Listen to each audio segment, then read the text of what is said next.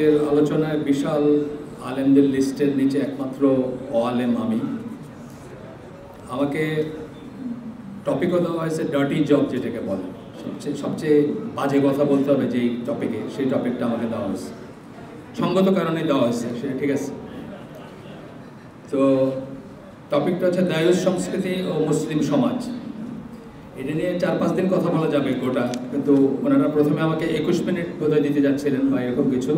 তো সাইফুল্লাহ ভাই বললেন যে যেহেতু অন্যরা আটকা পড়ছেন ট্রাফিক জ্যামে, সো আমি মাগরিব পর্যন্ত যাব, তাহলে একটু হয়তো আমি যে কষ্টটা করছি ওটা হয়তো একটু সার্থক হবে। এই শব্দটা দায়ুস শব্দের আরবি শব্দ, ইংরেজি শব্দ হচ্ছে কোকল্ড। এটার যে গুণটা থাকলে মানুষ দায়ুস হয়, সেটাকে বলে দিয়াসা, কুকল্ডি বলে ইংরেজিতে। বায়োলজিতে কুকল্ড অর্থ হচ্ছে এমন এক পুরুষ প্রাণী যে কিনা এমন সন্তানের পিতৃত্বের দায়িত্ব পালন করে যে তার নয়, অর্থাৎ তার যে স্ত্রী, তার ঘরে যে সন্তান জন্ম নেয় সেটা তার না, কিন্তু সে তার পিতৃত্বের দায়িত্ব পালন করে। আপনারা বুঝতেছেন যে লাইনটা একটু বেলাইনে চলে যাচ্ছে প্রথমেই। আমি বললাম এই জন্য যে ডার্টি জব এটা আমাকে করতে দেওয়া হয়েছে, ঠিকই আছে। আচ্ছা, কুকল বার্ড, কোকিল যে অন্যের বাসায় ডিম পাড়ে, এখানে একটা ব্যাপার আছে না যে একজন আরেকজনের বাসায় ডিম পাড়ে যাচ্ছে, আরেকজন তার বাচ্চাকে নিজের বাচ্চা মনে করে বড় করতেছে। শরীফ আবু হায়াত ওপর লেখা কাক বাবা মায়ের গল্প পড়ছেন কেউ, একটা প্রবন্ধ আছে। তো সেইখান থেকে শব্দটা আসছে, ইংরেজি শব্দটা। এই শব্দ যারা আরও যা বোঝায় সেটা হচ্ছে একজন স্বামী যে তার স্ত্রী দ্বারা প্রতারিত হয়, এমন একজন স্বামী দায়ুস যে তার স্ত্রী দ্বারা প্রতারিত হয়। এগুলো কিন্তু ইংরেজির থেকে বলতেছি আমি, ইসলামে আসতেছি পরে। যে তার স্ত্রীর ব্যভিচার সম্বন্ধে আনঅ্যাওয়্যার থাকে, অসচেতন থাকে, জানে না যে তার স্ত্রী কী করতেছে। যতক্ষণ না একটা সন্তান জন্ম নেয় বা বেড়ে ওঠে এবং সে জানে যে সন্তানটা তার নয়, অন্য কারণ। এটা হচ্ছে আরেকটা ওয়ে ডিফাইন করা। এগুলো ইসলামী পেপার থেকে ডিফাইন করা, কিন্তু শব্দটা ইংলিশ যে শব্দ সেটার থেকেই করা। ইসলামের ব্যাপার আরও অনেক ব্যাপক। ইসলামের ব্যাপার এইসব ঘটনা না ঘটলেও দায়ুস হবে, কিন্তু বিদেশিদের কাছে দায়ুস হলো এই ধরনের হইলে দায়ুস আর কি, চরম কিছু হইলে, অল্প স্বল্প দায়ুস না আর কি। ইসলামী পরিভাষায় দায়ুস বলতে অবশ্য একদম চূড়ান্ত শারীরিক ব্যভিচার বোঝায় না, বরং একটা ওয়াইড রেঞ্জের কর্মকাণ্ড বোঝায়, অনেক কিছু বোঝায় একসাথে। ইসলামিক ডেফিনেশন, এটাও ইসলামিক সূত্র থেকে নেওয়া। The cuckold is the one who approves evil conduct in his family. নিজের পরিবারের ভিতরে যে অশ্লীল কাজকর্ম বা অসঙ্গত কাজকর্ম, অসুন্দর কাজকর্ম অ্যাপ্রুভ করে, অনুমোদন দেয়, দেখেও দেখে না অথবা ইচ্ছা করেই অনুমোদন দেয়। আচ্ছা, আরেকটা ডেফিনেশন হচ্ছে দায়ুস ম্যান, একজন দায়ুস পুরুষ, is one who approves indecency committed by women under his guardianship. তার দায়িত্বে, তার অভিভাবকত্বে যে সমস্ত মেয়েরা থাকে, একজন ছেলের কি থাকতে পারে, নিজের মেয়ে, নিজের বোন, মা, ওয়াইফ ইত্যাদি আরও থাকতে পারে, তার সেই সমস্ত মেয়েদেরকে সে অশ্লীল বা অশোভন কার্যকলাপ অনুমোদন করে বা হইতে দেয়। And is not jealous with regard to their honour, এবং তাদের যে অনার, তাদের যে সম্মান, তাদের যে মর্যাদা, সেটা নিয়ে সে ঈর্ষান্বিত না, মানে প্রোটেক্টিভ জেলাসি আমরা বলি, যেটাকে গিরা বলি, সেটা তার নাই। Man who do not have গিরা, যাদের ভিতরে প্রোটেক্টিভ জেলাসিটা নাই। এই যে আপনার সন্তানের বেলায় শুধু এটা না, এটা তো মেয়েদের বেলায় বললাম, গিরা কিন্তু অনেক বড় একটা রেঞ্জ, আমরা দেখব পরে। আপনার সন্তান একটা খারাপ কাজ করতেছে, একটা হারাম কাজ করতেছে, আপনার ভিতরে কিছু লাগলো না, এটাও কিন্তু এটার আওতায় আসে, আমরা দেখব পরে। Protected jealousy over their wife, sisters, mothers and daughters, যেটা আমি বললাম, এদের ব্যাপারে তার কোনো ঈর্ষা নাই। বাইরের লোকে আড্ডা মারতেছে, হাসি ঠাট্টা করতেছে, কথা বলতেছে, তার কিছু লাগে না, সে কিছু ফিল করে না। এরাই হচ্ছে দায়ুস, এবং যাদেরকে জান্নাত বারণ করা হয়েছে, অর্থাৎ দায়ুস জান্নাতে প্রবেশ করবে না। আমি আলেমদের জিজ্ঞেস করছিলাম চির জাহান্নামে কিনা, তারা বলছেন না, চির জাহান্নামে না, কিন্তু এটা একটা মেজর সিন এবং বড় একটা কবিরা গুনাহ। আচ্ছা, হাদিস এবং স্কলারদের থেকে আমি কিছু পড়বো আপনাদের এখানে। আহমদ মুসনাদ আহমদ থেকে একটা ডেফিনেশন আসতেছে, একটা বক্তব্য আসতেছে, দায়ুস জান্নাতে প্রবেশ করবে না, বা সিম্পল এটু আহমদের হাদিস। আরেকটা হাদিস আসতেছে, এটাও আহমদের, 3 ধরনের মানুষ জান্নাতে প্রবেশ করবে না এবং আল্লাহ তাদের দিকে তাকাবেন না বিচার দিবসে বা শেষ বিচারের দিনে আল্লাহ তাদের দিকে তাকাবেন না। যে তার বাবা মার প্রতি অবাধ্য, বাবা মার কাছে অবাধ্য, বাবা মার প্রতি অবাধ্য, যে মেয়ে পুরুষের মতো হইতে চায়, boy cut, jeans, T shirt and so on, and দায়ুস এবং দায়ুস, এই 3 শ্রেণীর মানুষ জান্নাতে প্রবেশ করবে না। হাফিজ ইবনুল কাইয়িম তার একটা লেখা থেকে আমি একটু পড়ব। দায়ুসদের কথা বলতেছেন যে অ্যাট দ্য দায়ুস বলে ব্র্যাকেটে বলতেছেন, the man with no jealousy over the women and his family, যার এই একই কথা, যার কোনো ঈর্ষা নাই, তার খারাপ লাগে না তার মেয়ে, তার বোন, তার এমনকি কাজের মানুষও তার দায়িত্বে পড়ে। কাজের মেয়েটাও পাশের কাজের ছেলের সাথে টিটকারি মারতেছে, এইটাও তার খারাপ লাগার কথা, তার গার্ডিয়ানশিপে আসে যেহেতু। Is the most vile of Allah's creation, আল্লাহর সৃষ্টির ভিতরে সবচেয়ে নিচু শ্রেণীর প্রাণী এরা, যাদের ভিতরে এই জিনিসটা নাই।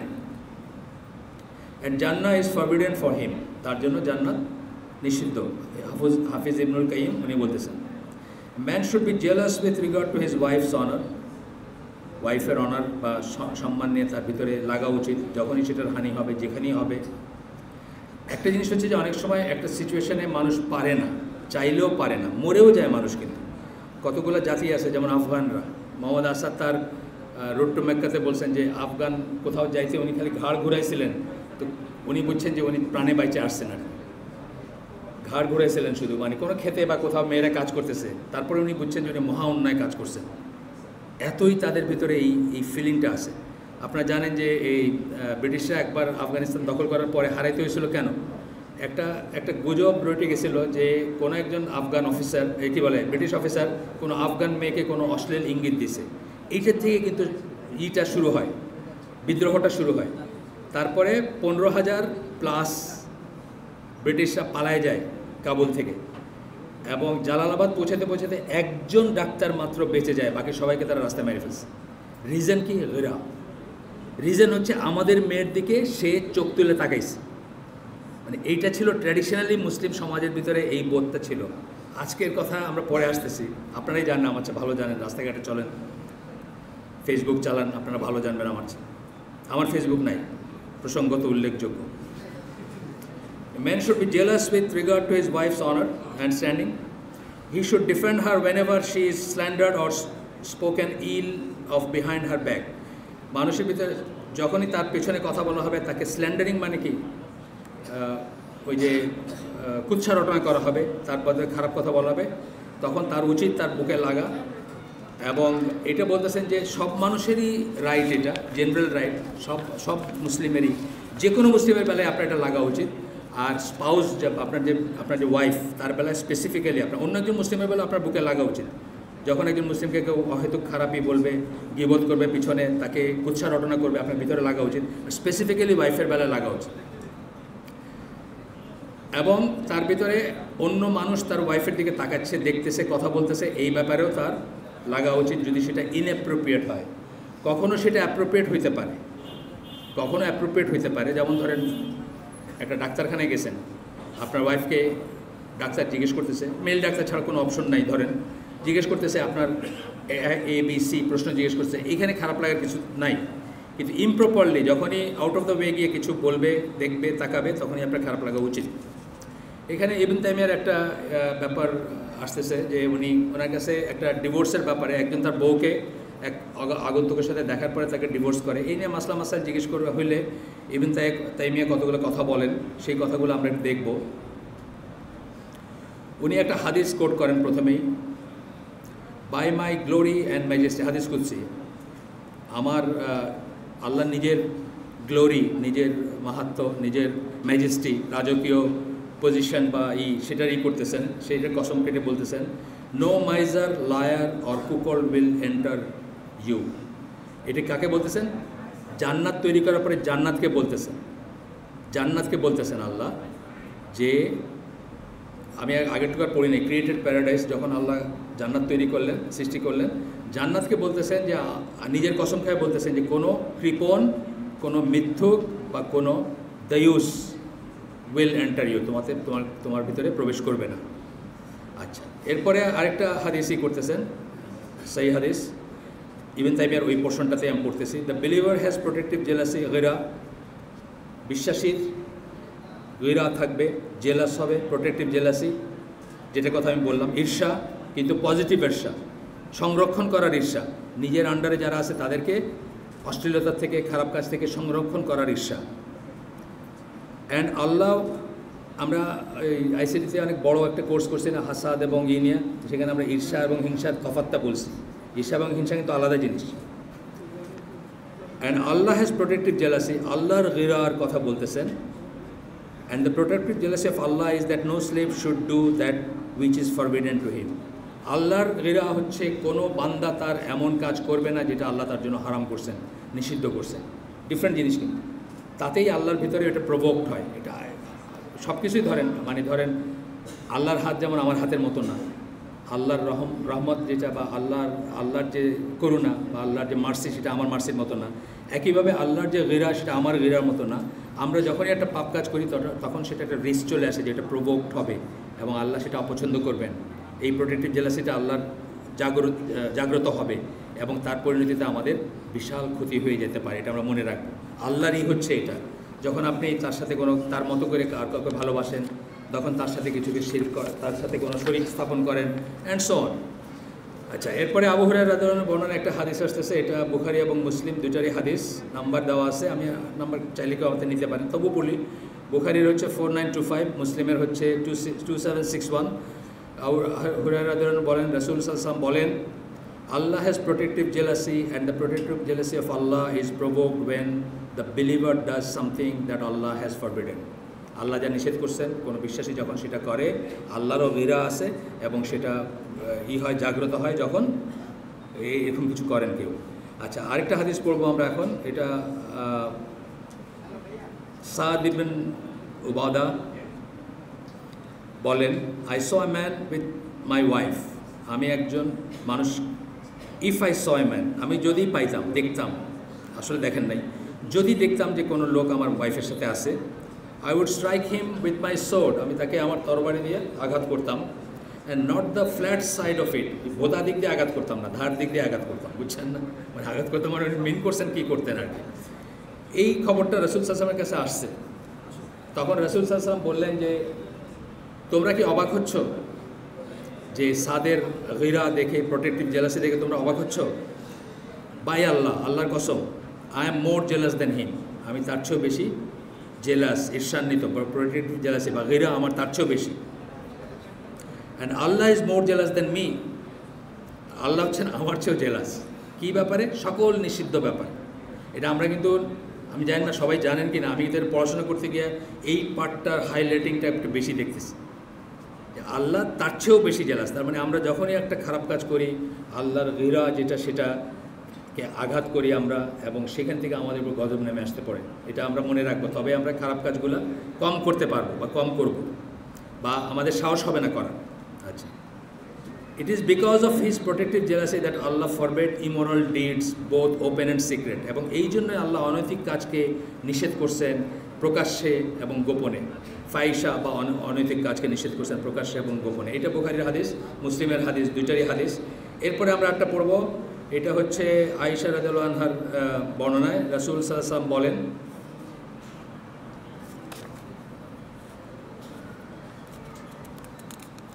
ও উম্মাহ অফ মুহাম্মদ, হে মুহাম্মাদের উম্মাহ, there is no one who has greater protective jealousy than Allah if his male or female slave commits zina. তার বান্দা বা বান্দি যদি জিনা করে, তাহলে আল্লাহর চেয়ে বেশি প্রোটেক্টিভ জেলাসি বা গয়রা আর কারো নাই। হ্যাঁ, ও উম্মাহ of Muhammad, if you knew what I know, হে মুহাম্মাদের উম্মাহ নিজেই বলতেছেন, তোমরা যদি জানতে আমি যা জানি, you would laugh little and weep much, তোমরা কম হাসতে বেশি কান্না করতে। এটাও বুখারী মুসলিমের হাদিস। এরপরে ইবনে তাইমিয়ার একটা দুটো ছোট্ট আসতেছে, ছোট্ট কথা বলা যায় বা ছোট্ট বক্তব্য। উনি বলতেছেন যে একজন একই কথা, প্রায় একই কথা, একজন মানুষ যখন আল্লাহ যা নিষেধ করছেন সেটা করে, তখন আল্লাহর প্রোটেক্টিভ জেলাসিটা জাগ্রত হয়। And his protective jealousy is provoke when his male or female slave commits জিনা। একই কথা, যখন তার পুরুষ বান্দা অথবা নারী বান্দি তারা যখন জিনা করে তখন তার গিরাটা জাগ্রত হয়, এবং সেটা আমাদের চেয়ে অনেক বেশি। আচ্ছা, গেল এটা। এরপরে আমরা এখানে একটু স্কিপ করে আমি হোমওয়ার্ক করছি একটু, তখন বাদ দিয়ে আসছি বেশ কিছু জিনিস। আচ্ছা, এখানে একটা আসছে যে আপনার এখানে হাদিস কুদসি আসতেছে একটা, whoever takes an enemy a close friend of mine, যে আমার কোনো নিকট বান্দাকে, অর্থাৎ ওয়ালি যেটা আমরা বলি, সিঙ্গুলার ওয়ালি প্লুরাল আউলিয়া, তার সাথে যে শত্রু, তাকে যে শত্রু হিসাবে গ্রহণ করে, I shall declare war on him, আমি তার উপর যুদ্ধ ঘোষণা করব। এটার মিনিং হচ্ছে যে এইটাও একটা প্রোটেক্টিভ জেলাসি, কিন্তু যেটা আমরা আগে বললাম যে কোনো মুসলিমের স্ল্যান্ডারিং করলে এই করলে, একইভাবে আল্লাহর ওয়ালি যে প্রিয় বান্দা, যে যখন কেউ তাকে শত্রু হিসাবে নেয়, আল্লাহর ভিতর থেকে একই রকমের জেলাসি জাগ্রত হয়। আচ্ছা, এটা আমরা পড়লাম কিছু হাদিস এবং কিছু স্কলারদের কথা। আমরা দেখি যে বেস্ট 3 জেনারেশন যাদেরকে আমরা সালাফ বলি, তাদের অনেক প্রোটেক্টিভ জেলাসি ছিল, গৈরাজ ছিল। আমরা এই সাহাবীদের কথা পড়লাম, আমরা ইবনে তাইমিয়ার কথা বললাম, আমরা হাফিজ ইবনুল কাইমের কথা বললাম। আজকাল কি এই আলোচনাগুলো খুব বেশি শোনেন না, কিন্তু আজকাল বেশি শোনেন না, কিন্তু তাদের অনেক ছিল। আমাদের তখনকার আমাদের যারা আমাদের মানে great leaders, scholars, social workers, thinkers ছিলেন তখনকার দিনে, তাদের সবাই কিন্তু এই ব্যাপারটা ছিল। আমি ইবন খালদুনের একটা পড়ছি, ওনাকে স্পেনে যেতে যখন বলা হলো, উনি বলেন যে ঠিক আছে আমি যেতে পারি, আমার কোনো সমস্যা নাই, কিন্তু আমার ফ্যামিলিকে আমি ওখানে নিয়ে যাবার। কেন? যে তারা এই কাফের সংস্কৃতি, কাফের ইসের কাছে এক্সপোজ হবে, সেই জন্য উনি চান নাই। উনি তো অন্য লাইনেরই ছিলেন, ঠিক ইসলামী স্কলার বলতে যাবো যে তা ছিলেন না, ওই সেন্সে না, বাট হিস্ট্রির ছিলেন বা অন্য দিকেরই ছিলেন। ইসলাম নিয়েও গবেষণা আছে তার, কিন্তু তারও এই বুঝটা ছিল বা তাদের ভিতর ছিল এটা। সূরা বাকারা 223 নম্বর আয়াতে আল্লাহ বলতেছেন, তোমাদের স্ত্রীরা তোমাদের শস্যক্ষেত্র। আপনারা এটার মিনিং জানেন, আমি আর মানে আর এক্সপ্লেন করলাম না। এটা বলার এখানে অনেক ব্যাখ্যা আছে, অনেক চিন্তার ব্যাপার আছে, কিন্তু একটা জিনিস মনে রাখবেন, নষ্ট ক্ষেতে সবসময় নষ্ট ফসলই জন্মাবে। সুতরাং ক্ষেতটাকে নষ্ট হইতে দিবেন না। যারা হাজব্যান্ড তাদের বলতেছে, নষ্ট ক্ষেতে নষ্ট ফসল জন্মাবে। নষ্ট ভূমিতে নষ্ট না, মানে ওই কী বলে দোতরা বা খারাপ গাছগুলা কি খারাপ জায়গায়, আল্লাহ কোরআনে এইসব কথা বলছেন, অন্যভাবে বলছেন, অন্য জিনিসে বলছেন যে ভালো গাছ, খারাপ গাছ, এইসব কথা বলছেন। মুসলিম সমাজে কিভাবে তাইলে দিয়াসা আসলো? যে রাসূল সাল্লাল্লাহু আলাইহি ওয়াসাল্লাম বলতেছেন যে আমার সবচেয়ে বেশি, আমার চেয়ে আল্লাহর বেশি, কার সাথে তুলনা করতে গিয়ে বলতেছেন, যে লোক বলছে যে সে তরবারির শার্প সাইড দিয়ে তার বউকে হিট করতো যদি কোনো পুরুষের সাথে দেখতো, তার রাসূল বলতেছেন তার চেয়েও বেশি তারই, আর আল্লাহর বলতেছেন তার চেয়েও বেশি। তাহলে সেই মুসলিম সমাজে এটা কিভাবে প্রবেশ করলো, কিভাবে আসলো? প্রথমে আসতেছে যে উপনিবেশ, মিশনারি, এডুকেশন। উপনিবেশ যখন আসলো, আমরা বিজিত হইলাম, আমাদেরকে জয় করলো, আমরা হেরে গেলাম, তারা আমাদের প্রভু হলো, সাথে তারা মিশনারি নিয়ে আসলো, সাথে তাদের এডুকেশন নিয়ে আসলো। এটা একটা পথ, যে পথে দিয়াসা আমাদের ভিতরে ঢুকছে। ইমিটেশন অফ দ্য কুফার, যখনই তারা আমাদের প্রভু হইলো, আমরা তাদেরকে ইমিটেট করতে শুরু করলাম। এটার উপর সুন্দর একটা বই আছে ডক্টর নাসরুল আকলের, ইংরেজিতে পাওয়া যায়, বাংলায় ট্রান্সলেট করছেন কিনা আমি কেউ জানি না, আপনারা পড়বেন সবাই।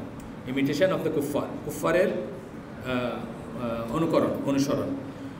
আপনি যখনই কারো অনুসরণ করেন, আপনি আসলে তার আরাধনা করেন।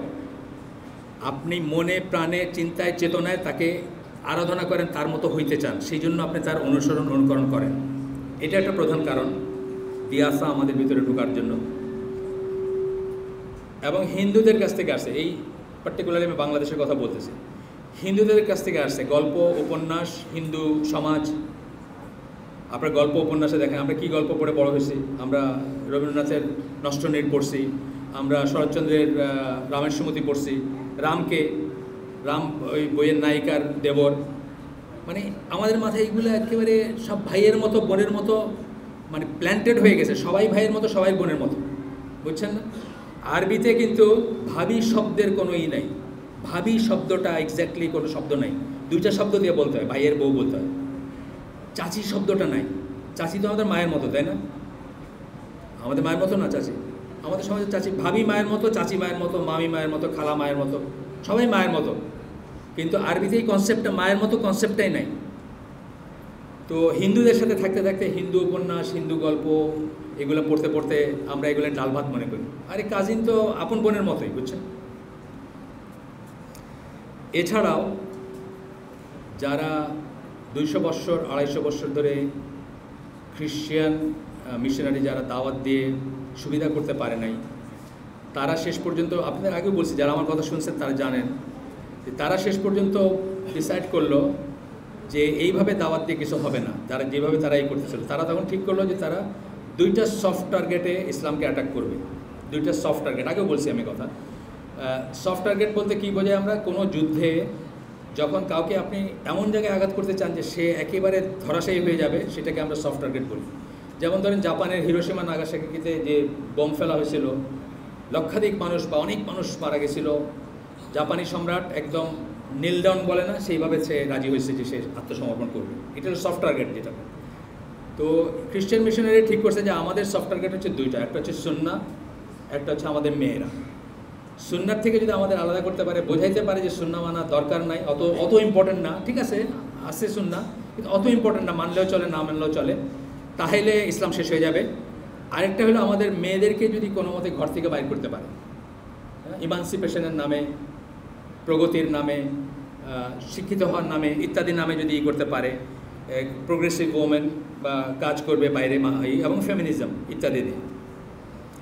তো এগুলো তারা প্ল্যান ওয়েতে করছে এবং মাশাআল্লাহ মানে অনেক দূর তারা আগাইছে সেটাতে। এরপরে হচ্ছে বিনোদন সামগ্রী, এটাও আমি আমার বইটিতে লিখছি। আজ থেকে 100 বছর আগে ধরেন কোনো একটা জায়গা, জামালপুর, হঠাৎ মনে আসলো নামে, কয়েকদিন আগে জামালপুর গেছিলাম। জামালপুরের একজন মুসলিম মহিলা, তার ঘরে কোনো কাফের আইসে তার দিকে তাকায় আছে বা তাকে টিটকারি মারতে, সেটা কল্পনা করা যায়? কল্পনা করা যায় না। আমি আমার জাহিলি যুগের শেষ এবং ইসলামী যুগের শুরুতে একটা গান, একজন পপ সিংয়ের একটা গান ছিল, আপনারা অনেকে জানেন হয়তো। গানটার একটা লাইনের জন্য রাশিয়াতে এই গানটা ব্যান করে দিয়েছিল। গানটা হচ্ছে can I touch you there, অনেকে জানেন হয়তো, মাইকেল বোল্টন। তো এখন এই গানটা যেটা বললাম আগের সিনারিও, জামালপুরের কোনো গৃহবধূর ঘরে একটা সাদা চামড়া কাফের ঢুকে হাসি ঠাট্টা করছে, কল্পনাই করা যায় না। কিন্তু আপনার বেডরুমে আপনার এবং আপনার ওয়াইফের জন্য একটা টিভি আছে, খালি 2জনে দেখবেন। ওইখানে আপনার ওয়াইফের চোখে চোখ রেখে ওই কাফের, সাদা চামড়া কাফের বলতেছে can I touch you there. আপনার ওয়াইফ যদি এটার মিনিং বুঝে থাকেন, তাহলে রাত্রে হয়তো ঘুমের ঘরে স্বপ্নেও দেখতেছেন যে ওই লোক। এটা দিয়াসা, এটা দায়ুস। আপনার মনে নাও হইতে পারে, কিন্তু এটা দায়ুস, এটা দিয়াসা। আপনার ওয়াইফ আপনার পাশে ওই সাদা চামড়া কাফিরের স্বপ্নে বিভোর হয়ে ঘুমাচ্ছেন, আপনি সেটা জানেনও না। টেলিভিশনও আপনি কিনে দিচ্ছেন, ডিশের লাইনও আপনি আনছেন, দেখতেও আপনি দিচ্ছেন। আপনি মনে করছেন এটা মানে এটা তো টেলিভিশন আর কি, এটা তো রিয়েল মানুষ না। কিন্তু দিয়াসা যে সবসময় রিয়েল মানুষ লাগবে এমন কোনো কথা নেই, রিয়েল ইভেন্ট লাগবে এমন কোনো কথা নেই, কারণ ইসলামের এটা অনেক ওয়াইড রেঞ্জ একটাই। গান বাজনার উপযোগ্য কী? বাংলাদেশি গান বাজনার কথাই আপনি বলেন, কী উপযোগ্য? বাংলা বৎসর আগের বৈষ্ণব পদাবলীর বাংলাদেশি মানুষরা অনেকে পড়ে, অনেকে কীর্তন শোনে। বৈষ্ণব পদাবলীর উপযোগ্য কী? একজন মহিলা তার হাজব্যান্ডের ভাগনার সাথে ঘর থেকে বাইরে হয়ে যায়, এটাই তো গল্প। এটা নিয়ে আমরা পড়ি, এটা নিয়ে আমরা লেখালেখি করি, এটা নিয়ে গবেষণা করি, বাংলা সাহিত্য করি না আমরা? গান বাজনা সাহিত্য নাটক যত কিছু আছে তার উপযোগ্য কি দিয়াসা। আপনি দেখবেন একটা বাপের মেয়ে বাপের সামনে দিয়ে ঘর থেকে বাইরে হয়ে গেল, এই যে 2 দিন আগে যে মেয়েটা মারা গেল, সে তো কারো মেয়ে, কেউ তাকে নিয়ে মারছে, ঠিক আছে, যে মারছে তার দোষ আছে, 100% দোষ আছে, তার সর্বোচ্চ শাস্তিও আমরা বলি, কিন্তু সে তো কোনো বাপের মেয়ে বা কোনো মায়ের মেয়ে, তারা তো তাকে বাইরে হয়ে যেতে দিছে ওইভাবে, এবং এই ঘটনাটা ঘটতে দিচ্ছে। কয়েক বছর আগে যেটা নিয়ে তুল কালাম কাণ্ড হলো, যে কি এক বাংলা শিক্ষার জন্য, বাংলা শিক্ষা কত ইম্পর্ট্যান্ট নাজবিল্লাহ, বাংলা শিক্ষার জন্য এক মানে আমাদের মতে, আমার মায়ের বিয়ে হয়েছিল তার অনেক আগে, প্রায় প্রাপ্তবয়স্ক একটা মেয়েকে, গেঞ্জি স্কার্ট পরা একটা মেয়েকে একটা বিধর্মী শিক্ষকের কাছে মা দিয়ে আসছেন পড়াশোনার জন্য, বাংলা পড়াশোনার জন্য, এবং সেখানে সে রেপ হলো। তারপরে এটা নিয়ে কত কাণ্ড। ঠিক আছে, যে রেপ করছে আমি মোটেও তার শাস্তি কমাইতে চাইতেছি না, আমি বলতেছি তার 100% শাস্তি হোক, কিন্তু এখানে আমাদের একটা রোল আছে না, এইটাই হচ্ছে দায়ুস। দায়ুস বলতে আমরা এটাই বোঝাচ্ছি।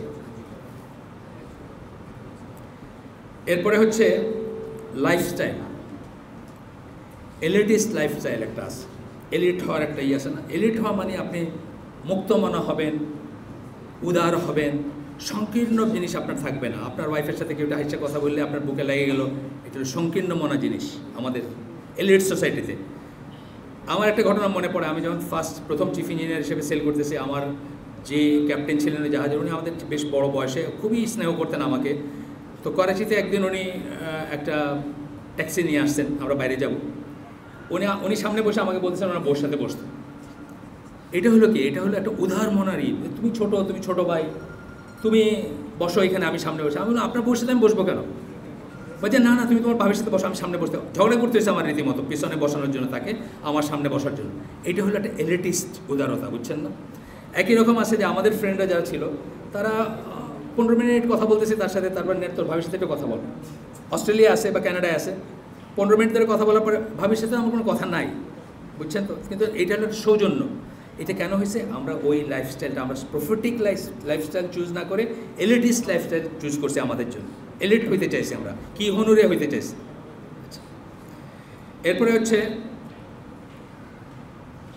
অনেক প্রফেশনাল গ্রুপ আছে যারা যখন বিয়ে করে মেয়ে দেখতে যায়, তখন তারা মাথায় চিন্তা রাখে এই মেয়েটাকে আমি যখন পার্টিতে নিয়ে ঢুকবো, আমার বসেস যারা আছে, যাদের হাতে আমার প্রমোশন, তারা এই মেয়েটাকে দেখে চমৎকৃত হবে কিনা, এই মেয়েটার সাথে কথা বলতে চাইবে কিনা, নাচ গানের আয়োজন থাকলে এর সাথে নাচ করবে কিনা, করতে চাবে কিনা, এইটা মাথায় রেখে কিন্তু সুন্দরীর চেষ্টা খোঁজে যে কারে বিয়ে করবে। মানে সে বিয়ে করে অন্যের জন্য, সোজা কথা, নিজের জন্য করে না। ওই কাক কোকিল আর কত কিছু বললাম না, বায়োলজিক্যাল ডেফিনেশন দিলাম, ওই রকম একটা জিনিসের।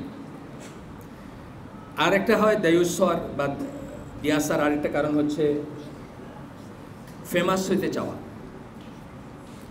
আমি একটা লিখিত ইন্টারভিউ পড়ছি, বাংলাদেশের বিখ্যাত পর্ন স্টার চিটাগং বাড়ি এক ব্যবসায়ীর মেয়ে, আমেরিকা থাকেন। তাকে জিজ্ঞেস করা হয়েছিল যে আপনি এই লাইনে গেলেন কেন? যে আমি ফেমাস হতে চাইছি। উনিও ফেমাস হতে চাইছেন, ওনার বাবা সেইটাকে অ্যাপ্রুভ করছেন, বা অথবা করেন নাই, যাই হোক, কিন্তু বাবা তো সূত্রপাতটা করছেন। আমেরিকাতে তো বাবার থ্রুতেই গেছে, নিজে যায় নাই। আমি নাম বললাম না, আর আপনাদেরকে ওই যে বললাম ডার্টি জব করতেছি আমি, আমার ঝাড়ুটা আমি দেই, আপনাদের আর গা নোংরা না করলাম আর কি, নাম বললাম না। তো আজকালকার স্মার্ট যারা, তারা নিজেরাই নাম বাইর করতে পারবে, ফেসবুক আছে যাদের। আরেকটা হচ্ছে সেটলিং অ্যামং দ্য কুফার, আরেকটা কারণ দায়ুস্বর, কাফের দেশে সেটেল করা। আপনি যখন এই ইসের সুটকি পল্লী দিয়ে যান, কারণ বাজারের ট্রেনে, সবাই কী করে, যারা শাটারগুলো ফেলে দেয়, গন্ধ আসে সুটকির, শীতল সুটকি বা শুকানো সুটকির গন্ধ আসে। আপনি জানলা দিয়ে তাকায় দেখেন, ওইখানে মানুষ নামাজ পড়তেছে, গোসল করতেছে, বাচ্চারা দুধ খাওয়াইতেছে, সব চলতেছে। আপনার গন্ধ লাগে, তার লাগে না কেন? তারও লাগছে একদিন, কিন্তু থাকতে থাকতে আর লাগে না এখন। তো কুফফারের মাঝে যখন বিদেশে গিয়ে থাকবেন, এই রফিকুল ইসলাম মাদানী আছেন, ওনার খুব সুন্দর সুন্দর বক্তব্য আছে এটা নিয়ে। যখন কিছুদিন থাকবেন তখন আর এইগুলো কিছু লাগবে না। তখন আপনার ওয়াইফের গায়ে বা পিছনে একটা থাপ্পড় মাইরা যদি একটা কেউ চিয়ার আপ বলে, আপনার কাছে এটা খারাপ লাগবে না, মনে হবে এটাই স্বাভাবিক, এখানে রোমে থাকলে রোমানের মতো থাকতে হবে, সোজা কথা। এই সমস্ত কারণে আমরা আমাদের ভিতরে দিয়াসা ঢোকে, আমরা দায়ুস হই। অনেক কটা পয়েন্ট বলছি আমি, তাই না? রিকমেন্ডেশন কি? এখন আমরা কি করতে পারি, আমরা কোথায় আছি, আমরা কি করতে পারি? সব গরু রচনা মনে হইল সব অসুখের প্রধান ওষুধ হচ্ছে জীবনে তাওহীদ প্রতিষ্ঠা করা। এই কাজগুলো আমরা কেন করতে পারি? সূরা, আমি সবসময়, আমি আগে অনেক বড় বড় জিনিস নিয়ে কথা বলতাম, বড় বড় থিওরি নিয়ে কথা বলতাম। এখন আমি যে কোনো জায়গায় যদি একটু ধারাবাহিক কথা বলতে যাই, আমি প্রথমে কথা বলি কি নিয়ে? আল্লাহ কি সত্যি আছেন নাকি? কারণ বাল্ক মেজরিটি অফ আস, আমরা আল্লাহ ওইভাবে বিশ্বাস করি না যেমন বিশ্বাস করা উচিত, আল্লাহকে এমনভাবে ভয় করি না যেমন ভয় করা উচিত। তা নাইলে আমরা যেটা শুনলাম যে আল্লাহর প্রোটেক্টিভ জেলাসি একটা অবাধ্য হইলে জাগ্রত হয়, সেটার ভয় নাই কেন আমাদের ভিতর? আমরা কেন আমাদের মোবাইল ফোনটা নিয়ে একটা ঘরের নিজের একটা কিউবিকেলের ঢুকে মনে করি দুনিয়ার কেউ দেখলো না, বা এখন আমার সমস্ত স্বাধীনতা, যা ইচ্ছা তাই করতে পারি? তার মানে আল্লাহকে আমরা ওইভাবে বিশ্বাস করি না যেমন বিশ্বাস করা উচিত। এবং সূরা আলে ইমরানের 102 নম্বর আয়াতে আল্লাহ যে বলছেন, বিশ্বাসীদের বলছেন, মুমিনদের বলছেন, আল্লাহকে এমনভাবে ভয় করো যেমন ভয় করা উচিত, এবং মুসলিম না হয়ে মৃত্যুবরণ করো না। আমরা আল্লাহকে যেমনভাবে ভয় করা উচিত সেমন ভয় করি না। এইটা হচ্ছে প্রথম কথা। যদি আমরা তাওহীদের উপর প্রতিষ্ঠিত থাকতাম, যদি আমরা আসমা সিফাতগুলো জানতাম, যদি আমরা আল্লাহর ডাইমেনশন জানতাম, আল্লাহকে, আল্লাহ কি, আল্লাহ কেমন, আল্লাহ যেভাবে বলছেন, যতটুকু জানাইছেন আমাদের, ততটুকু আমরা জানলে আমরা বুঝতাম যে আমরা যখন মনে মনে চিন্তা করতেছি আমি পরশু দিন একটা খারাপ কাজ করব, এই চিন্তা করার আগে 50,000 বছর আগে, সৃষ্টির 50 বছর আগে, 1000 বছর আগে আল্লাহ জানতেন যে আমি এটা চিন্তা করব। মানে পাস্ট প্রেজেন্ট ফিউচার একসাথে আল্লাহর সামনে এক্সিস্ট করে। সুতরাং আমার সাহসী হইতো না এই কাজটা করার। কিন্তু আমি মনে করছি আল্লাহ হলো ওই আরেকজন মানুষের মতো আর কি, আমার ঘরের ভিতরে বন্ধ আছে, এত জানে না আল্লাহ, এইরকমই একটা ধারণা মানে ব্যাক অফ মাইন্ড থাকে। তো প্রথম আমি বললাম যে রিকমেন্ডেশনে আসছি আমি এখন, মানে এই যে দায়ুস, এটার যে প্রভাব আমি বললাম, এটার যা চলতেছে বললাম, এটার ব্যাপারে কি করণীয় আমাদের?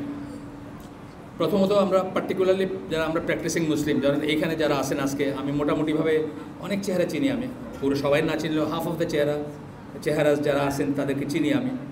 তো প্রথমত এরা প্র্যাকটিসিং মুসলিম, ভালো মুসলিম, তথাপি কিন্তু আমরা এভরি নাও অ্যান্ড দেন এইসব নিয়ে সালিশ করি। আমাদের কাছে কমপ্লেন করছে, বউ করতেছে হাজব্যান্ডের এগেনস্টে, হাজব্যান্ড করতেছে বউয়ের এগেনস্টে, বাপ করতেছে ছেলের এগেনস্টে, ওয়াইফ করতেছে, মানে মানে নানা রকমই এই লাইনেই শুনি আমরা, এই লাইনেই শুনি। একটা ঘটনা বলি, এমন কথা শুনছি আমরা যে ওয়াইফের ফেসবুক অ্যাকাউন্টে ফেসবুক ফ্রেন্ড আছে ছেলে, হাজব্যান্ড এটা পছন্দ করে নাই, হাজব্যান্ড খুব রাগ করছেন।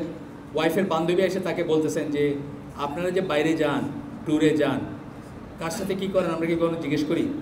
করি না।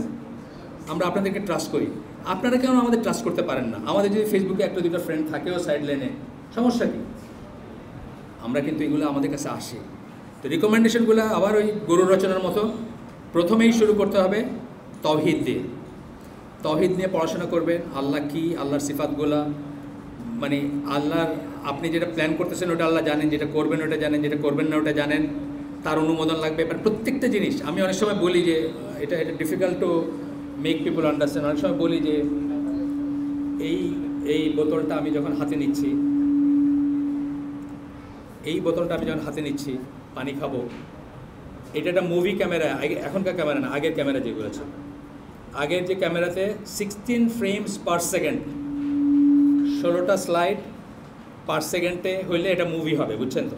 16টা ছবি তুলবে, করে যখন চালাবে মনে হবে যে জিনিসটা মুভ করতেছে, আসলে কিন্তু প্রত্যেকটা স্টিল শট, বুঝছেন তো? তো এই মাঝখানে যদি উঠানোর মাঝখানে, ছবিটার মাঝখানে প্রজেক্টর আটকায় গেলে আপনি কি দেখবেন? এখানে রাখা, তাই না বোতলটা? আল্লাহর অনুমোদনের ব্যাপারটা একটা এরকম, এই আমি হাতে নিছি, মুখে যাইতে হইলে অনুমোদন লাগবে, না হলে মুখে যাবে না। প্রত্যেকটা ফ্রেমে আল্লাহর অনুমোদন লাগবে। সুতরাং আল্লাহর অনুমোদন ছাড়া কিছু হবে না। এবং আল্লাহ আমি আল্লাহর সৃষ্টি, আমার নিয়ত আল্লাহর সৃষ্টি, আমার বদনিয়ত আল্লাহর সৃষ্টি, আমার কাজ আল্লাহর সৃষ্টি, এবং আল্লাহ ইচ্ছা না করলে আমি ইচ্ছাও করতে পারি না, সেটা ট্রু। কিন্তু আমার একটা খারাপ কাজের জন্য আমি আল্লাহকে দোষারোপ করতে পারবো না, ওইটার চয়েস আল্লাহ আমাকে দিয়েছেন। আমি আল্লাহ এবং আল্লাহর তাওহীদ আসমা ওয়া সিফাত সহ তাওহীদের সবকটা পর্যায়ে নিয়ে আমরা ডিটেলস পড়াশোনা করব। তাহলে আমাদের মনে সেই ভয় জাগ্রত হবে, যেই ভয় আপনাকে খারাপ কাজ থেকে বিরত রাখবে, যেই ভয় আল্লাহ রসুল বলছেন যে তোমাদের ভিতর আমি আল্লাহকে সবচেয়ে বেশি ভয় করি। তার কারণ কি, উনি আল্লাহকে সবচেয়ে বেশি জানতেন। আরেকটা বর্ণনায় আসছে যে উনি এবং জিবরিল আল্লাহকে সবচেয়ে বেশি ভয় করতেন। তার মানে তারা আল্লাহকে সবচেয়ে বেশি জানতেন। তাহলে যত বেশি নলেজ হবে তত বেশি ভয়। কোরআনের আয়াতে আসছে যে আলেমরাই আল্লাহকে সবচেয়ে বেশি ভয় করে মানুষের ভিতর। তো এই লাইনে আমরা চিন্তা করব এবং একটু পড়াশোনা করব। এরপরে যেটা করতে পারি, আমরা একটা টাইট-নিট কমিউনিটিতে, প্র্যাকটিসিং মুসলিম কমিউনিটিতে বসবাস করতে পারি। এখন তো মানুষ কোনো খারাপ কাজ সামনে দেখলে না করে না। আমরা যখন ঢাকায় বড় হচ্ছি, আমি নিউ পল্টনে থাকতাম, ছোটো থেকে বড় হচ্ছি, আমরা জানতাম যে কোনো একটা ইমপ্রপার জিনিস পাড়ার কেউ দেখলে সে গিয়ে আমার আব্বারে বলবে, তোমার ছেলেরা সামনে পাইলে থাপ্পড় লাগাবে, আর নাইলে আব্বারে গিয়ে বলবে। এখন আপনি দেখেন অ্যাভারেজ ঢাকার রাস্তায় আপনি একটা বিড়ি খাইতেছেন, কেউ বলে, এই তুমি বিড়ি খাও কেন? আপনি বলেন তোমার পয়সায় খাই নাকি, তাই না? এটাই আনসার। এখন এই জিনিসটা চলে গেছে। কিন্তু একটা টাইট-নিট মুসলিম কমিউনিটিতে কী হতো, প্রত্যেকের জন্য মিরর হিসাবে কাজ করতো, প্রত্যেকে অসৎ কাজ থেকে বারণ করতো, প্রত্যেকের লজ্জায় আরেকজন অসৎ একটা কাজ করতে পারতো না। হ্যাঁ, একটা মেয়েরে গড়ে এনে উঠাইতে পারতো না, বা একটা ছেলে আসে না, যেগুলো হচ্ছে এখন ঢাকায়। তাইলে একটা টাইট-নিট কমিউনিটিতে বসবাস করা, অথবা আপনার কমিউনিটি বিল্ডিং যেটাকে বলে, সেটার চেষ্টা করা। এই যে মসজিদটা, আজকে কত মানুষ আসছেন এখানে, ভর্তি মসজিদ, কয়জন মানুষ এখানে থাকেন? এটার 500 গজের ভিতর কয়জন থাকেন? আমার মনে হয় না 1% মানুষও থাকেন আজকে যারা আসছে। এখানে কোনো কমিউনিটি নেই, এখানে মসজিদ আছে, কমিউনিটিবিহীন মসজিদ। এই মসজিদ কতটুকু কোথায় যাবে আল্লাহ জানে, আমি জানি না। কিন্তু কমিউনিটি ফর্ম করতে হবে। যে কোনো দাওয়াতি বইতে দেখবেন প্রথম কথার একটা হচ্ছে কমিউনিটি ফর্ম করার চেষ্টা করা, যেখানে আপনি আপনার বাচ্চাটা আরেকটা বাসায় গেলে আপনারও ট্যাব নেই, তারও ট্যাব নেই, আপনারও টেলিভিশন নেই, তারও টেলিভিশন নেই, আপনার ঘরে ফায়সা নেই, তার ঘরে ফায়সা নেই। আর যদি আপনি দেখেন কোথাও কিছু চলতেছে, আপনার সাথে সাথে রিপোর্ট করবেন, মুরব্বী যে বা যেখানে হোক, যারা ইনচার্জ তাদের কাছে এই করবেন। সো একটা বললাম যে তাওহীদের উপর নিজেকে প্রতিষ্ঠিত করবেন, আমি বলতেছি রিকমেন্ডেশন। 2 নম্বরটা বলতেছি যে আপনি টাইট-নিট কমিউনিটি হবেন। টাইট-নিট মানে সবাই ইগুলো জানবেন। আগের আমার গ্রামের কথা বলতেছি, তখন গাড়ি ছিল না, মোবাইল ফোন ছিল না। রাত্রে 7টায় বা 8টায় বেবি ট্যাক্সিতে করে আমি আমার বাড়িতে নামছি, পরদিন সকালে বাসায় মানুষ চলে আসছে দেখা করতে, খবর হয়ে গেছে সারা গ্রামে যে একজন মানুষ এসে ঢুকছে। এখন আপনার সেকেন্ড থেকে কে ঢুকছে আপনি জানেন? কোন গুন্ডা কোন বদমাশ ঢুকছে জানেন না, কারণ আপনার টাইট-নিট কমিউনিটি না।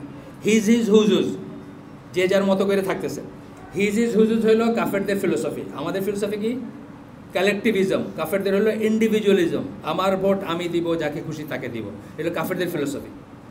আমার শরীর আমি দিব, যাকে খুশি তাকে দিব, এটা হলো কাফেরদের ফিলোসফি। আমাদের এটা কিন্তু যা খুশি তা করতে পারবো না, আসে না রেস্ট্রিকশন, আমরা ইচ্ছা করলেই যা খুশি তা করতে পারি না। সুতরাং একটা টাইট-নিট কমিউনিটিতে থাকার চেষ্টা করবেন। যদি না থেকে থাকেন, যেখানে আসে সেখানে মাইগ্রেট করবেন। হিজরা শুধু ওই ইংল্যান্ড থেকে বাংলাদেশে আসতে হবে এমন কথা না, ঢাকার থেকে ঢাকার ভিতরে হিজরত হতে পারে। যেখানে গেলে আপনার ইমান আমান ঠিক মতো করতে পারবেন, প্র্যাকটিস করতে পারবেন, সেই জায়গায়। আমি তো আমার রিকমেন্ডেশন ছিল সবসময় যে এখানে একজন প্রথম গ্রেডের রেসিডেন্ট স্কলার থাকবেন আসুন্নাহ কমপ্লেক্সে। প্রথম গ্রেডের রেসিডেন্ট স্কলার বলতে আমি বলতেছি যারা এটা বানাইছেন তারা থাকবেন। ডক্টর সাইফুল্লাহ, ডক্টর মঞ্জুর এলাহি, আকরামুজ্জামান বিন আব্দুল সালাম বা আবু বকর জাকারিয়া, এই গ্রেডের একজন স্কলার থাকবেন, যাকে ঘিরে আমি চলে আসবো এখানে। আমি এখানে চলে আসবো থাকার জন্য, যিনি আমাদের প্রত্যেকটা অ্যাফেয়ারকে অ্যাড্রেস করবেন, প্রত্যেকটা সমস্যাকে অ্যাড্রেস করবেন, সেই রকমের থাকবেন ইনশাআল্লাহ। এরপরে হচ্ছে আরও যেগুলো চিন্তা করতে পারেন যারা ইয়াং, তাদের একজন রাইটিয়াস স্ত্রী নির্বাচন করবেন। শহীদুল্লাহ খান মাদানী একসময়, আমি একবার হজে গেলাম, তখন ওনাকে আমি আগেও বলছি এই কথাটা, ওনাকে ডেজিগনেট করলাম যে 2টা হালাকা নেবেন আমাদের আইসিডিতে, তখন 11 নম্বর রোডই ছিল। একটা নেবেন সন্তানের উপর বাবা মার অধিকার, আরেকটা নেবেন বাবা মার উপর সন্তানের অধিকার কী। তো উনি বাবা মার উপর সন্তানের অধিকার, যেটা রেকর্ডেড আছে আমার কাছে, ওটাতে বললেন যে অনাগত সন্তানের অধিকার হচ্ছে বাবা তার জন্য এমন একজন মা চুজ করবেন যিনি আল্লাহর মতো করে ছেলে মেয়েদেরকে বড় করবেন। অনাগত সন্তানের অধিকার। সুতরাং আপনারা যারা বিয়ে করেন না এখনও, এই জায়গাটায় কম্প্রোমাইজ করবেন না। আমরা তো বিয়ে শাদীর কাজ করি, পয়লা বলে আমরা খালি দিন চাই, তারপরে বলে ঢাকায় বাড়ি আছে তো বাপের চাকরিটা কি, ফর্সা কিনা, লম্বা 5 ফুট 2 এর উপরে, অ্যাভারেজ বাংলাদেশি ছেলেরাই হলো 5 ফুট 2 অ্যাভারেজ। এখানে মেয়ে চাইতেছেন 5 ফুট 2 উপরে। মানে আমার একটা ছোটো ভাই ছিল, আপনাদের বলছি কাউকে কাউকে, একবার ঈদে রোজার ঈদে আব্বা সবাইকে সব কিছু কিনে দিয়েছেন, বকরি ঈদের আগে বললেন যে তোমাদের রোজার ঈদে সব কিছু কিনে দিচ্ছে, বকরি ঈদে আর কাউকে কিছু দিব না। তো সেই সবচেয়ে ছোটো ছিল তখন, সে বললেন আমার একটু জিনিসের দরকার আছে। কী দরকার? বলে সামান্য একটু জিনিসের দরকার। বলে কী বলো? ওই শার্ট প্যান্ট জুতা মোজা, বুঝছেন, একসাথে বলে দিল। তো আমাদের ভাইরা যখন বিয়ের সিবি পয়লা দেন, 3 ছাড়া কিচ্ছু চায় না। সামনে কথা বলতে হবে, ওই সাউন্ড পাচ্ছে না। আমি তো আপনাদের জন্য সরছি, কারণ আপনারা সাউন্ডের ইকোটা বন্ধ করেন, আমি এই জন্য সরছি যে হয়তো ইকো হচ্ছে। তো আপনার আমরা বিয়ে নিয়ে কাজ করি, তো যখন পয়লা বলেন যে না না দিনদার পাত্রী চাই, আর কিছু চাই না, তো তারপরে বলেন যে ওই একটু ফর্সা বা ঢাকায় বাপের বাড়ি আছে কিনা, অ্যান্ড সো অন। আর তো এগুলো বাদ দিয়ে রাইটিয়াস ওয়াইফ চুজ করবেন। এরপরে হচ্ছে যে বাচ্চাদের টাইম দিবেন, দায়ুস না হয়ে আর কি, উল্টাটা বলতেছি, দায়ুস হওয়া থেকে কীভাবে বাঁচবেন। যখনই টাইম দিবেন না, অন্য কেউ টাইম দিতেছে আপনার বাচ্চাকে, শয়তান দিতেছে। আপনি টাইম না দিলে শয়তান দিতেছে। বাচ্চাদেরকে টাইম দিবেন, তাদেরকে এন্টারটেন করবেন।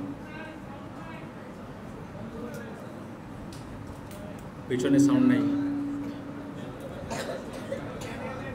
কোনো সাউন্ড নাই না, পিছনে সাউন্ড নেই। এই গলায় যদি সাউন্ড না থাকে তাহলে তো সমস্যা আছে, খালি গলায় বললে তো শুনতে পারার কথা। আছে একদম পিছনে আছে সাউন্ড, এরকম না এরকম, কোনটা আছে? আছে,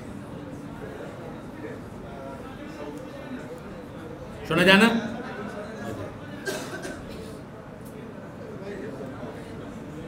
সেটা তো আমার হাতের বাইরে, সরি, ওনাদেরকে বললাম, ওই পেছনে শোনা যায় না।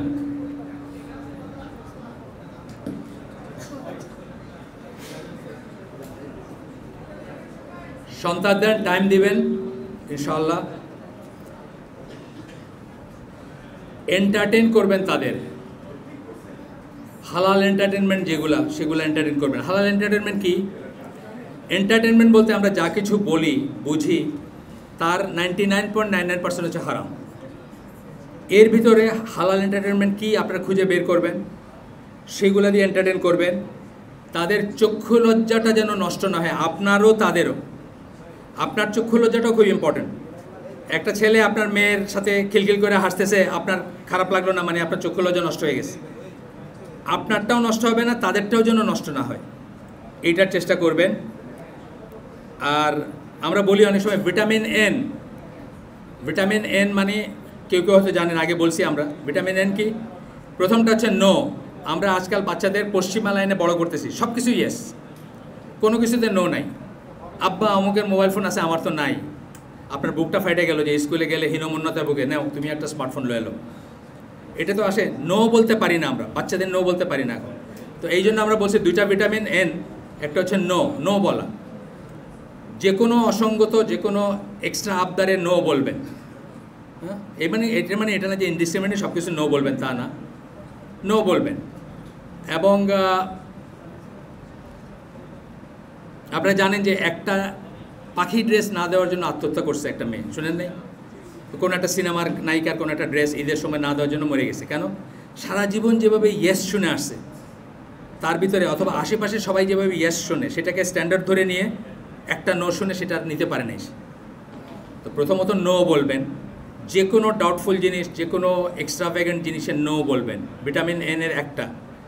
আর সেকেন্ড এনটা হচ্ছে নেচারের কাছে নিয়ে যাবেন, প্রকৃতির কাছে নিয়ে যাবেন। প্রকৃতির কাছে নিয়ে যাওয়া মানে কিন্তু কক্সবাজারের হোটেলে নিয়ে যাওয়া না। প্রকৃতির কাছে নিয়ে যাওয়া মানে মূলত আপনার অরিজিনের জায়গায় নিয়ে যাবেন, আত্মীয় স্বজনের কাছে নিয়ে যাবেন, বাড়িতে নিয়ে যাবেন।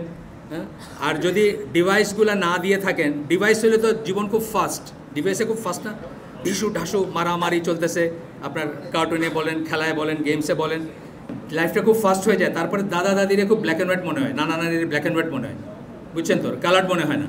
সুতরাং ওই ফার্স্ট জিনিসে অভ্যস্ত না করে গ্রামে নিয়ে যাবেন, প্রকৃতির কাছে নিয়ে যাবেন, আত্মীয় স্বজনের কাছে নিয়ে যাবেন। হ্যাঁ, তাদেরকে এন্টারটেন করবেন ওইভাবে যেগুলো জায়েজ আছে। এছাড়া জায়েজ যেগুলো আছে, ধরেন প্রাকৃতিক দৃশ্য বললাম জায়েজ আছে, ফিজিক্যাল ফিটনেসের যে সমস্ত খেলাগুলো বা ফিজিক্যাল খেলাগুলো তারা যদি খেলে ফুটবল ক্রিকেট সেটা জায়েজ আছে, ছেলেদের কথা বলতেছি, বা এই ধরনের জিনিসে এন্টারটেন করবেন। আপনি বিশ্বাস করেন আমরা নাতি, দুটো নাতি আছে যারা যেন আমার ঘরে বড় হয়, আমরা 4 জন অ্যাডাল্ট সারাদিন তাদের অ্যাটেন্ড করতাম, সারাদিন তাদের টাইম দিতাম, তারপরেও তাদের সকল প্রশ্নের উত্তর আমরা বাইরে উঠতাম না দিতে।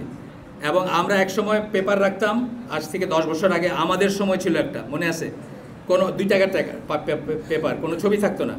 তারা যখন একটু কৌতূহল নিয়ে দেখতে শুরু করছে, আমরা ওটাও বন্ধ করেছি। আমাদের ঘরে টিভি নেই, আমাদের ঘরে আমাদের তাদের মোবাইল ফোন বা তাদের কোনো অ্যাক্সেস নাই, আমাদের কম্পিউটারে তাদের কোনো অ্যাক্সেস নাই। আমাদের বাসায় মানে এন্টারটেনমেন্ট বলতে যেগুলো বুঝলেন, আমার দেওয়াল খালি, কোনো ছবি নেই। সুতরাং কষ্ট আছে, সহজ না। মানুষের বাচ্চা বড় করা সহজ না। কুকুরের বাচ্চা জন্ম দিয়ে রাস্তায় ছেড়ে দিলে হলো, মানুষের বাচ্চা বড় করা সহজ না। টাইম দিতে হবে, অনেক ক্লোজ নেট থাকতে হবে তাদের সাথে, ক্লোজলি তাদেরকে সময় দিতে হবে, তাদের প্রশ্নের উত্তর দিতে হবে, তাদের সাথে থাকতে হবে। আমার ছেলেটা এখন তার জীবনের মেজরিটির সময় 2টা বাচ্চাকে গাইড করতে, এন্টারটেন করতে কাটায়। 2 দিন সপ্তাহে এখান থেকে বসুন্ধরায় খেলতে নিয়ে যায়, ফুটবল খেলতে, ফিজিক্যাল এক্সারসাইজের জন্য। হ্যাঁ, সাইক্লিংয়ের এই ব্যবস্থা করে দিছে। আপনার একজনকে মগবাজারে ওই কি শিখে, ওই যে কুংফু শিখে এটা করতে, তাকে এন্টারটেন রাখতে হবে, তাকে সময় দিতে হবে। সময় দেওয়ার কোনো বিকল্প নাই। আপনি এখন খালি এরকম করতেছেন আর বাচ্চা পড়, এটা দিয়ে হবে না। ঠিক আছে, আমরা মোটামুটিভাবে আমাদের আলোচনা শেষে আসছি, আমরা শেষ করে দিব, যদিও আরও কয়েক মিনিট আছে হয়তো। আপনারা যদি কোনো রিলেভেন্ট, আমি জানি না প্রশ্নোত্তরের অবকাশ আছে কিনা।